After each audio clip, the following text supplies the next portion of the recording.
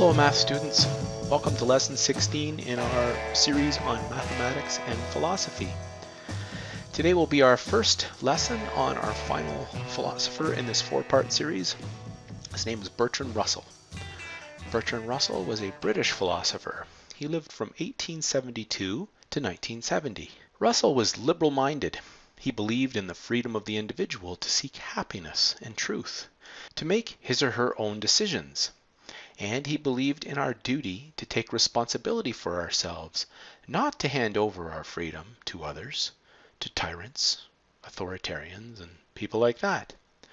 Russell didn't want us to be blind followers of rules or edicts, but to ask questions and to proceed on the facts, not on what we are told by others, by our religions, or by traditions. Russell was a socialist. He was critical of our society.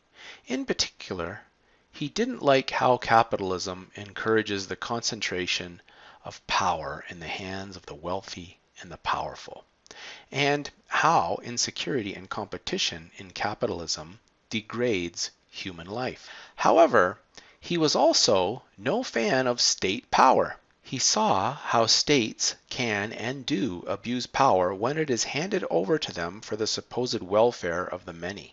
Russell envisioned a kind of worldwide globalized government that could engender cooperation and maintain peace between peoples. Russell was a pacifist. He loved peace, and he rejected war, violence, and killing. He went to jail during World War I for standing up against England's involvement in the war.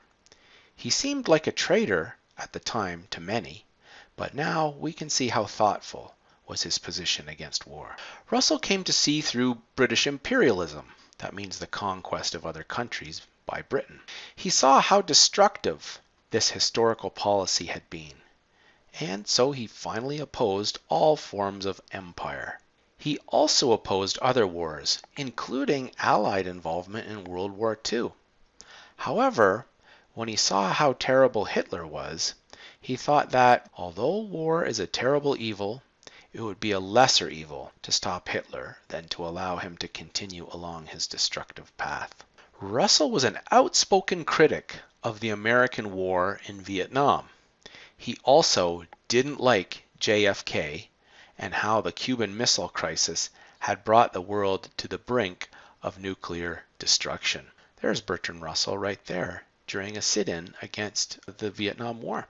Besides opposing war, Russell was an outspoken proponent of nuclear disarmament, getting rid of nukes.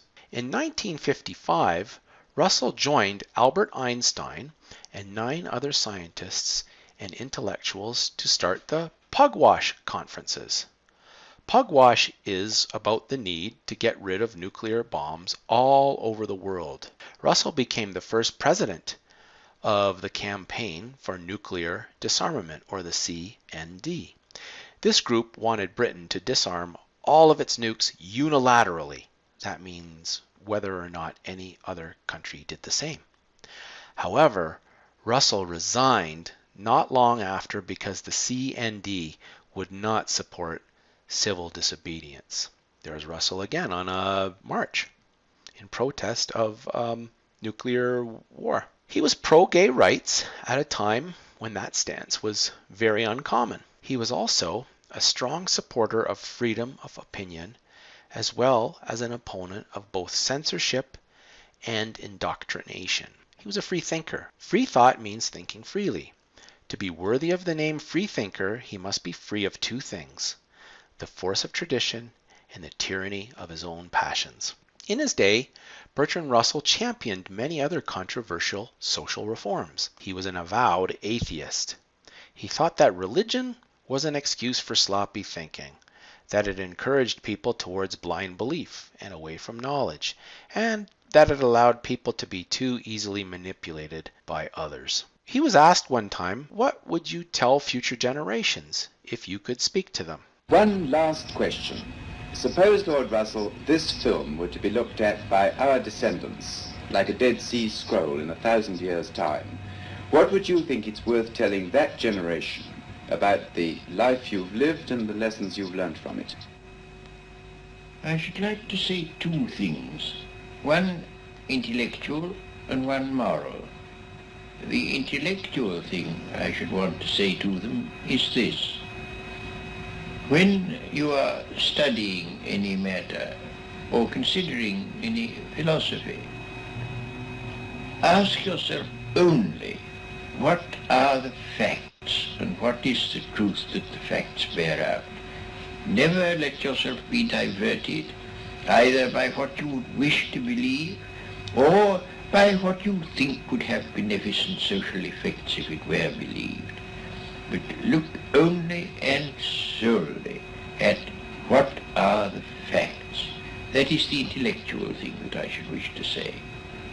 The moral thing I should wish to say to them is very simple. I should say, love is wise, hatred is foolish. In this world, which is getting more and more closely interconnected, we have to learn to tolerate each other. We have to learn to put up with the fact that some people say things that we don't like. We can only live together in that way. And if we are to live together and not die together, we must learn a kind of charity and a kind of tolerance, which is absolutely vital to the continuation of human life on this planet. Okay, folks. Today's philosophic experiments. Question 1. What similarities and or differences do you see between Bertrand Russell and the other thinkers we have investigated? What similarities or differences do you see between these thinkers and yourself? Question 2. Do you think that your pursuit of wisdom or your love of wisdom should affect the way you live your life? How do you think Russell's love of wisdom affected his choices and the things he decided to do during his long life? And question 3, what do you think Russell would say about the state of the world today? Okay, folks, hope you have a good day. Hope you enjoy the day, stay safe, and we'll see you next time. Bye-bye.